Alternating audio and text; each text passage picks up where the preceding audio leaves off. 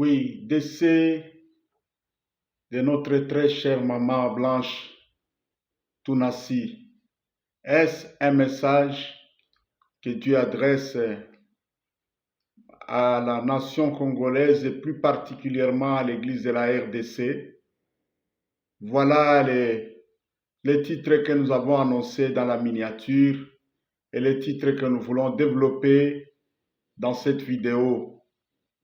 Et personnellement, je connais pas de près le pasteur Marcelo Tounassi. Je connais sur les réseaux sociaux, je connais ses prédications, ses prêches, son message sur la sanctification, mais j'ai pas une relation directe avec lui. Mais j'étais étonné en apprenant le décès de son épouse. Je ne suis pas de nature trop émotif, mais j'ai fait des jours en train de pleurer, des jours. Et le jour de son inhumation, de l'inhumation de Maman Blanche, j'étais dans ma ferme au sud du Katanga où je suis ici, très loin. Je suivais tout ce qui s'est passé là, larmes aux yeux, avec beaucoup d'émotion, je suivais. Mais à un moment, j'ai été interpellé par quelque chose qui a fait que j'ai mis de côté un peu mes douleurs là et toutes mes antennes se sont dressées en alerte. Et c'est lorsque le pasteur Marcelo a commencé à parler et qu'il a fait référence à un message qu'il a reçu, un texte, Ézéchiel, je crois, chapitre 24, versets 16 à 18, où deux personnes, deux hommes de Dieu,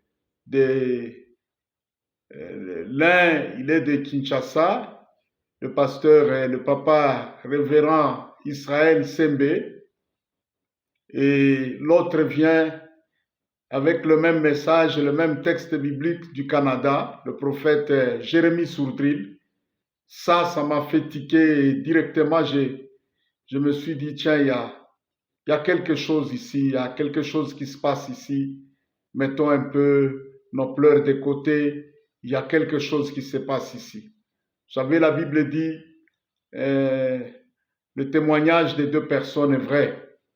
Et vous savez, une prophétie comme celle-là où on nous dit directement que cette mort, c'est un signe, c'est un message pour nous, la RD Congo. Et ça vient de qui? J'ai personnellement connu une seule fois le pasteur Israël Sembe. J'étais en visite familiale à Kinshasa et ma famille priait dans l'église du pasteur Israël Sembe. Le dimanche, je voulais adorer, c'était mon premier dimanche, je voulais aller au culte. Nous sommes allés et nous sommes entrés, c'est une très grande église. Et même ma famille, ma belle-sœur qui m'avait reçu chez elle, personne ne savait que j'étais un prédicateur, j'étais un homme de Dieu. Vous savez, Dieu nous appelle de différentes manières et j'ai fait des décennies et des décennies. Il y a quelque chose qui me retenait et Dieu me disait clairement que mon temps n'était pas encore là. Mon temps n'était pas encore là aussi. Je travaillais souvent, mais en toute discrétion, occupé de mes affaires et mon ministère était beaucoup plus un ministère, jusqu'à présent un ministère qui forme des petits noyaux, qui équipe des gens avec qui je partage ma vision et tout ça. Des générations et des générations de serviteurs de Dieu sont issus de cette école du ministère de la Shekinah. Il y en a déjà beaucoup d'autres ont des églises et tout ça, mais Dieu me disait toujours, mon temps n'est pas encore là. Et c'est seulement le 8 janvier de cette année que le Saint-Esprit m'a dit, bon, maintenant c'est le moment, tu peux sortir, mais attends beaucoup plus le mois de juin. Et là, je me disais, mois de juin, qu'est-ce qu'il y a? Curieusement, c'est pendant ce mois-là que toutes ces choses se font. Et lorsque j'étais arrivé à Kin pour retourner à la manière dont j'ai rencontré Papa Israël Sembe, je suis arrivé, j'étais là dans la discrétion, au culte, Et après, il y avait un prédicateur blanc qui prêchait ce dimanche-là. Juste après, Papa Israël est passé pour faire un appel, mais il a donné une parole de connaissance là sur moi avec des précisions impossibles. Et je me suis levé vite pour aller là devant à la chaire là pour répondre à cet appel là. C'est ce même jour que ma belle-sœur et son mari ont su que j'étais pasteur, j'étais prédicateur. Et depuis lors, le peu de temps que je me suis approché de cet homme, j'ai senti pas seulement son onction, parce qu'il y a l'onction sur nous, il y a aussi l'onction en nous, le caractère. J'ai le flair de sentir et d'avoir le profil de quelqu'un dès le premier contact là. Et Dieu m'a appelé comme ça. Je suis parti avec l'image d'un homme vraiment plein de piété, plein de crainte de Dieu, plein de grâce aussi et plein d'onction. Et quand j'ai su que c'est lui qui a donné ce message-là, et après, ce message a été répliqué encore par le prophète Jérémie Soutril, qui n'a pas besoin d'être présenté. Et MCI TV, nous tous nous suivons, et prière inspirée, tout ça. Là, ça m'a fait tiquer. Je me suis dit, non, non, non, il y a du sérieux ici, il y a quelque chose qui se passe. En tout cas, là, tous mes sens se sont levés. Je me suis mis à prier. J'ai dit, Seigneur, il y a quelque chose qui se passe ici dans notre pays.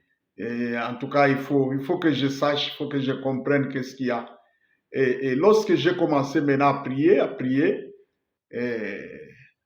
le Seigneur a commencé maintenant à me donner d'autres éléments supplémentaires. Et parmi ces éléments-là, beaucoup de jours et de semaines avant, il y avait le prophète Joël Francis Tatou qui parlait dans une des vidéos là, sur sa chaîne YouTube pour dire que il y a beaucoup de prophètes qui ont reçu des messages tels que 2024, c'est une année qui est vraiment marquée par beaucoup de ténèbres et il y aura beaucoup d'événements difficiles, des événements compliqués.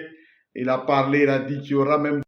Oui, j'étais en train de dire que le prophète Joël Francis Tatou parlait d'un message que l'année 2024 sera marquée par des ténèbres, de très mauvais événements, de très mauvaises choses qui vont se passer dans le corps de Christ, des pasteurs qui vont perdre leur mariage, et il y en a même dans cette prophétie-là des gens qui vont abandonner la foi et tout ça.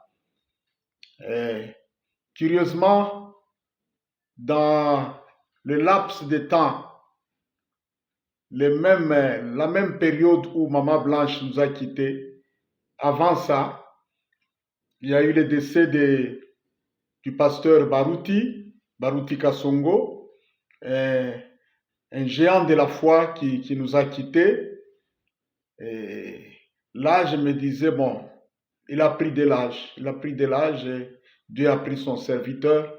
Quelque temps après, ici sur place, sur la ville où je suis, à Likassi, il y a le pasteur des tabernacles de Likassi, une très grande église, un papa dans la foi. Sa femme venait de mourir en Afrique du Sud et quelque temps après, Maman Blanche aussi venait de décéder. Et quand j'ai commencé à mettre en place maintenant ces morceaux de puzzle-là, j'ai dit, il y a quelque chose, il y a quelque chose, il y a quelque chose. Et vous savez, quand quelqu'un dit quand même quelque chose et il y a de l'accomplissement, il faut quand même savoir aussi apprécier. Je me souviens qu'il y a des prophéties comme ça que JFT avait données qui n'étaient pas accomplies. Non pas qu'elles étaient fausses, mais elles ne se sont pas accomplies. Personnellement, je suis parmi les intercesseurs qui se sont battus sérieusement devant Dieu pour que cette prophétie-là ne s'accomplisse pas parce qu'il y aurait bien de sang au pays. Et merci à Dieu qui nous a écoutés. Ça a coûté de la moquerie et des histoires, mais curieusement, maintenant qu'il y a une prophétie qui vient de donner comme ça et ça s'est accompli. Je ne sais même pas si les gens ont fait attention à ça, ou bien dans la haine, là, ils se sont dit, bon, là, c'est pas aussi bien, cette ingratitude-là, ce n'est pas bien. Bon, ok, c'est pas notre affaire. Donc, ces signes-là sur la prédominance des ténèbres, ces signes-là, ça s'est accompli. Pas seulement ça, j'ai été frappé par, vous savez, les moments d'épreuve sont des moments où Dieu a un testeur à la main, le diable aussi est là. Même les humains, même nous-mêmes, dans les temps d'épreuve, ce sont des moments où nous pouvons connaître notre véritable niveau de foi. Gloire à Dieu, j'ai eu le temps de voir le niveau de foi de l'église de la RDC. Vraiment, vraiment, vraiment. Oh, merci Seigneur, nous avons grandi. Bon, si je dis nous avons grandi, je risque de mettre de la distraction. Nous commençons à grandir.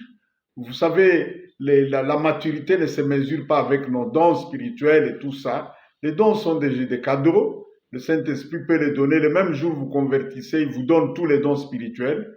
Les dons ne sont pas des éléments par lesquels on peut tester la maturité d'une personne ou de l'Église. La maturité, on la vérifie à partir des fruits. Le fruit de l'esprit, le caractère de Christ là. Vraiment, nous avons grandi. J'ai vu même des gens que je connaissais que, bon, il y avait des petites guéguerres comme ça, et tout ça, mais j'ai vu que tous nous sommes allés, tous nous avons entouré de la chaleur. Et ce qui m'a plu, moi, j'avais une plaie là, j'ai senti que, non, comme nous disons ici au Katanga, Banatulumiza, nous sommes blessés. J'ai marché avec cette blessure-là.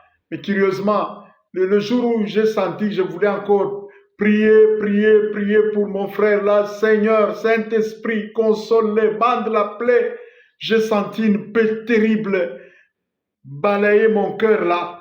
Et quelques temps après, aux obsèques, le pasteur Marcelo il dit, je commence à ressentir la paix. Vraiment, vraiment. Ah, nous sommes devenus un seul corps. On a grandi, on commence à grandir. L'église de la RDC, la maturité, non, elle commence à s'installer. Cette unité-là, cet amour-là, waouh, gloire à Dieu. Même s'il y en a qui ont un peu déconné là, qui ont dit des petites histoires comme ça, laissons ça. Nous avons gagné, Jésus a gagné. Gloire à Dieu, ce témoignage-là, non, c'est un grand témoignage devant Dieu. Même s'il y en a qui ont dit des petites histoires autour de la mort de Maman Blanche, s'il vous plaît, pasteur, ne suivez pas ça.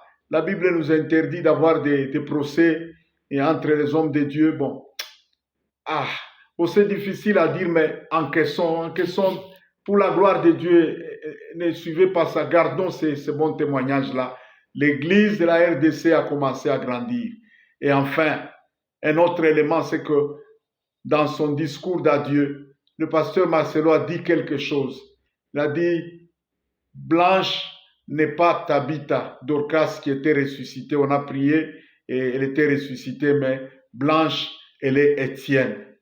Vous savez, Étienne, c'est le signe, l'élément déclencheur de l'évangélisation mondiale. L'église de Jérusalem a été dispersée à partir d'Étienne et l'évangélisation mondiale a commencé et le réveil d'Antioche a eu lieu et plus tard à l'église d'Antioche là il y a eu l'appel à la mission de Paul et de Barnabas et c'est la mort d'Étienne qui a déclenché tout ça. Je pense que avec tous ces éléments réunis, quelque chose de très grand se prépare et un puissant réveil. Et Papa Mamadou ne fait que répéter ça, Mais vous savez, notre pays est au centre d'une très grande prophétie sur le réveil du temps de la fin ici. Notre pays est au centre de ça. Pas seulement le pays, il y a la plupart des pays qui sont dans la cuvette centrale, là, le bassin du fleuve Congo, là, et même au-delà un peu, là, même les Cameroun, Côte d'Ivoire, tout ça, tous ces pays-là sont inclus dans ces plans-là, mais l'église de RDC, c'est la pointe centrale. Et je vous dis, il y a quelque chose de très grand qui se prépare. Remettons-nous en prière, remettons-nous en prière. Si nous comprenons et nous nous branchons à Dieu et que oui, je disais que si nous comprenons et nous laissons emporter par la mouvance du Saint-Esprit pour ce grand réveil du temps de la fin qui doit commencer avant l'enlèvement de l'Église, je vous dis, retenez ceci, si nous comprenons et nous nous laissons sous la mouvance du Saint-Esprit, nous accomplissons ce grand plan-là. La guerre va se terminer tantôt là. Le pays va connaître pas seulement un grand moment de paix, de repos, mais aussi un grand essor économique. La RDC va devenir pas seulement une grande puissance militaire, mais elle sera une grande puissance économique, pas seulement au niveau de l'Afrique, mais au niveau mondial. Et avec cette richesse-là, nous allons évangéliser le monde, nous allons balayer le monde avec un réveil très puissant, un réveil de miracles, de prophéties, et de guérisons, de conversions, de transformations, de transfigurations, un grand réveil. Oui, et vous savez, il y a une prophétie que j'ai reçue il y a très longtemps, depuis 2009, et le Seigneur me disait, attends le signe, attends le signe. Et le signe, c'était quoi? Voici les ténèbres couvrent la terre et l'obscurité couvre les peuples, mais sur toi l'Éternel s'élève et sur toi sa gloire arrive. Donc Dieu me disait, quand tu verras le signe des ténèbres, là, quand tu verras la prédominance des ténèbres, sache que c'est le signe, c'est le moment où maintenant ce grand réveil-là, cette évangélisation avec l'évangile de gloire va maintenant être déclenchée dans le monde. Et le jour où Francis Tatou donnait cette prophétie-là sur les ténèbres, j'ai senti dans mon cœur, boum! Ben, c'était comme Siméon qui venait de rencontrer le petit enfant Jésus qui l'attendait là. Et au fond de moi, le Saint-Esprit m'a dit, voici le signal, voici le signal, voici le signal. Et je vous dis que ce message d'Ésaïe 60 là, c'est le message du réveil du temps de la fin, c'est le message de toute l'Église. Nous devons maintenant nous réveiller. Et en disant ça, je ne vous appelle pas à l'activisme. Vous vous levez là, vite, là, vous mettre à faire des histoires. Non, non, non. La Bible dit, ne partez pas en fuyant. Ne sortez pas avec précipitation. Mais l'Éternel lui-même marchera devant vous. Lui-même sera votre avant-garde et lui-même fermera votre marche. Laissons-nous guider par le Saint-Esprit. Dieu connaît ce que chacun de nous va faire, ce que chaque église va faire. Mettons-nous en prière. L'élément numéro 1, c'est la prière. Comme nous sommes déjà restaurés dans cette unité-là, dans cette chaleur de l'amour-là, ne vous en faites pas, le Saint-Esprit va allumer sa flamme bientôt et de grandes choses vont se faire. Et que Dieu ait pitié de nous, parce que si nous ne comprenons pas ça, non, que Dieu nous aide, que nous comprenions. Saint-Esprit, aide-nous. Dieu, dans ta miséricorde, aide l'Église de la RDC à comprendre afin que nous nous mettions au travail. Que Dieu nous aide, que Dieu nous aide.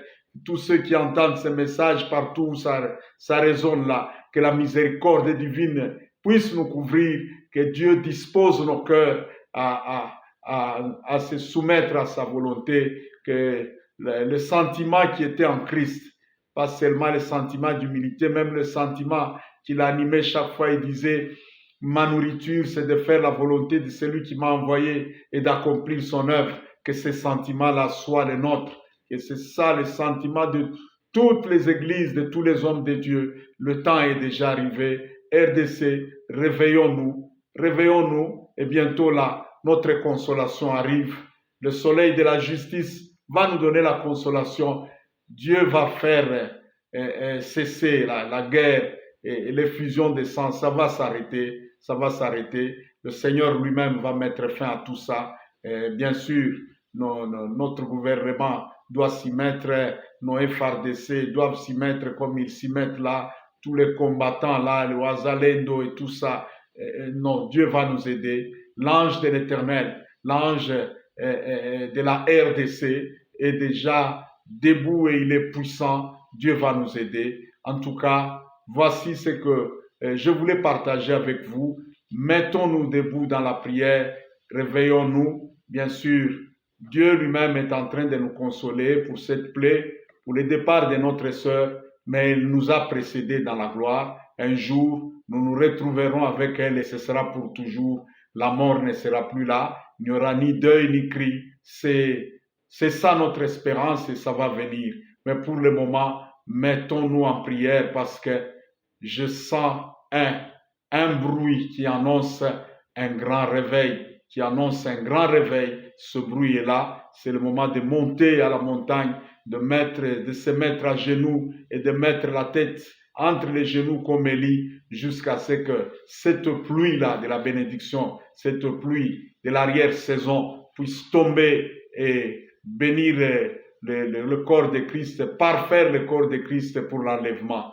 Merci beaucoup. Que Dieu bénisse et soutienne le pasteur Marcelo Tounassi et son église. Que Dieu bénisse et soutienne l'église, le corps de Christ en RD Congo et partout dans le monde. Que Dieu bénisse et soutienne notre pays, la République démocratique du Congo. Que Dieu vous bénisse et à très bientôt sur la chaîne JKM Officiel TV. Merci beaucoup.